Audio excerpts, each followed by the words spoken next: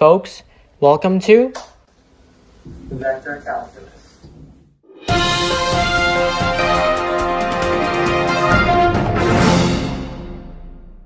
So our most basic parabola, the one we should all know, is this one, right? The happy face looking parabola. And that parabola... Alright folks, welcome back to Vector Calculus. Today in this lecture we're going to take a look at the lattice rectum of a parabola. Now what is the lattice rectum? Well, let me show you. Remember that every parabola has two things, right? So here we've got our good old, freaking Christ.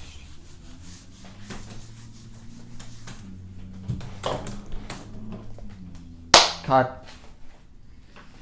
Alright folks, welcome back to Vector Calculus. Today we're going to be taking a look at the lattice rectum of a parabola. So let me show you what I mean. So this right here is our good old normal daily parabola. Now remember, every parabola comes with two special things. What are those two special things? Well, number one, every parabola has a focus right here. Remember that if the parabola is a kangaroo, the focus is the pouch, the baby.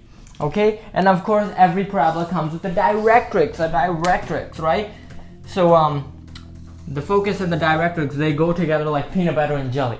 That's what I like to think of, okay? So think of the parabola as a kangaroo, the focus is the pouch or the baby, and the directrix is the ground, okay? It's a very nice metaphor. Also very weird. Okay, now try to remember why this was so important. Why is the focus and directrix so important? Well, the reason why is because every point on the parabola is going to be equidistant from both the focus and the directrix, right? Hopefully you remember that. If you don't, let me give you a quick refresher. So let's say you grab a point on the parabola, point like that, and well, the distance from that point to my focus, let's call that distance, I don't know, d. Why not? Well, if this distance here from the focus to the point is d, the distance from the point to the directrix also has to be d. Right? So as you can see, these two distances are the same, and that's why we say that every point on the parabola is going to be equidistant from both the focus and the directrix. Okay, so now hopefully that was a good refresher on the focus and the directrix. But now today we're just going to focus on the focus. Hopefully that was a good pun. If it wasn't, that's unfortunate. So today we're looking at only the focus. Now why are we looking at only the focus? Well, there's a special line that passes through this green dot. A special line that passes through the focus. Okay? And this line is going to be parallel to the directrix, parallel to the x-axis, or however you want to think of it. But here is this line. Here's this line. And as you can see, this line intersects the parabola over here and over here. Okay? And this line over here, we call the lattice rectum. Lattice rectum. It's also called the focal chord. Okay? So this is the lattice rectum. Now you're probably thinking, hey, why the hell should I care about this? Well, the lattice rectum comes especially handy when you're looking at parabolas in the real world, especially parabolic mirrors. For example, if you're buying a parabolic mirror for security purposes, you'd want to know what the focal chord is, so you can get an idea of how big the mirror is, how many angles can it get. Okay, so that's what the lattice rectum is. Okay, it's simply this line parallel to the x-axis that passes through the focus. Now our goal today is to find the length of the lattice rectum as well as the arc, subtended, intercepted, whatever you want to call it, by the lattice rectum. Okay, so our goal is twofold. Number one, we want to find the length of the lattice rectum, and number two, we want to find out how kind of long that arc is. Okay. Okay. So with that being said, let's go ahead and get started. So let me go ahead and erase this, and I'm going to write down our goal right over here. Let's write out our goals. What's our goal today? Our goal is twofold, right? Number one, we want to find the length of the size of the lattice rectum, whatever you want to call it. So size of lattice rectum, that's number one. And number two, we want to find the arc length of the arc subtended by the lattice rectum, right? So how long is this thing? How long is this kind of arc, right? How long is this? Okay, So we want to find out the length, arc length, or I can just write length of the subtended arc. Length of subtended arc. Okay, so let's go ahead and start with the size of the lattice rectum. How do we find how big the lattice rectum is? Well, it's a, I won't say it's a no-brainer, but it's actually not too bad. Remember that every parabola also comes with a directrix. So let's first draw in our directrix right here. Maybe I'll do it in purple this time because I'm using the orange for the arc length. So this right here is our directrix, remember? Peanut butter and jelly, directrix and focus. So here's my directrix, right? And lest you forget, let me just write it down. Directrix. And right there is my focus. And I want to find the length of this lattice rectum. How do I do that? Well, check it out. Let's say that this parabola, is right, its vertex is right at the origin. That's gonna make the problem a bit easier for us, okay? So let's draw our parabola so that it kind of fits into this neat little picture. Now that you know what the focus, directrix, all of that is, I'm just gonna make the picture a bit cleaner, if you will. So here's my x and y axes. Here's my parabola, okay? Here's the vertex at the origin. I'll draw my focus in green at some arbitrary y coordinate. Let's say this is the focus. And of course my goal is to find how long my focal chord, my lattice rectum, how long this red line is, okay? So how can I find the length of the focal chord of the lattice rectum? Well, it's not too bad. So what you'll notice is, remember that the distance from my vertex to my focus is going to be some distance p. Hopefully you remember that from the general equation for a parabola, right? Y minus k.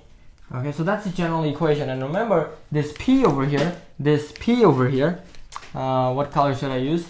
This p value over here represents the distance from my vertex to my focus. So that's this p value over here. The distance from my vertex to my focus and from my vertex to my directrix. Both of them are going to be equal to some p value. Okay? Now with that being said, how can we actually find the size of the lattice rectum? Well, hopefully that gives you a big hint. We need to use that p value. Well, how, you might ask? Well, I just gave you the answer, right? The vertex is p units away from the focus and p units away from the directrix. So this point over here is going to be a total of what? How many units away from the directrix? It's going to be p plus p, or 2p. But if the distance from this point to the directrix is 2p, the distance from this point to the focus also needs to be 2p, by the very definition of the parabola. And now we can do the same thing for the other side, right? The distance from this point to my directrix is going to be what? Well, p plus p, once again, it's going to give me 2p. So the distance from this point to the focus, again, needs to be 2p. And so you can literally see by eyeballing it, what's the length of my lattice rectum? This thing that sounded so crazy and weird just a few seconds ago now seems pretty easy. Well, 2p plus 2p, well, that's going to give me a pretty simple answer. Hopefully you agree. My answer is going to be 4p. That's going to be the length of my lattice rectum. Well, that's great, you say. Now how do I actually find the length of the subtended arc? Well, hold on to your horses, because this one's a bit trickier, but it's pretty much an elementary concept if you've already taken Calc 1. So, to find the length of our subtended arc, what do we do? So, our goal is to find the arc length of this orange thing, of this orange arc. We want to find this thing's arc length. How big, how long is this? If this was a rope and I stretched out my rope taut, how long would that rope be? Well, to answer that question, we need calculus, right? We need calculus, ladies and gentlemen.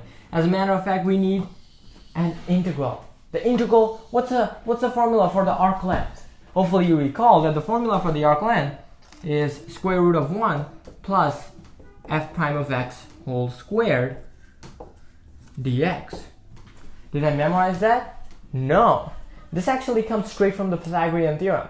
If you don't know how, let me give you a really quick derivation, but if you really want to know more, check out our linear algebra lectures where I actually describe how to find this arc length quantity. But I'm going to give you a really quick derivation right here that shows you the gist of the idea. So let's say you have a curve, right?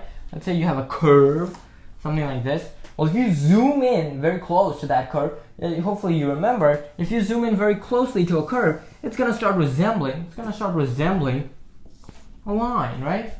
And hell, I mean, we can find the slope of a line, right? If this is dx over here and this is dy, right? And this is the slope of the line, we can of course find what this line's arc length is, right?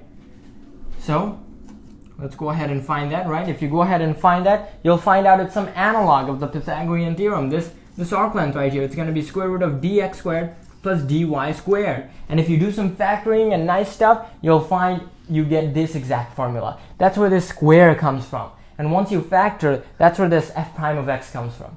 So hopefully that gives you some insight into the formula. So now we're going to actually just plug in.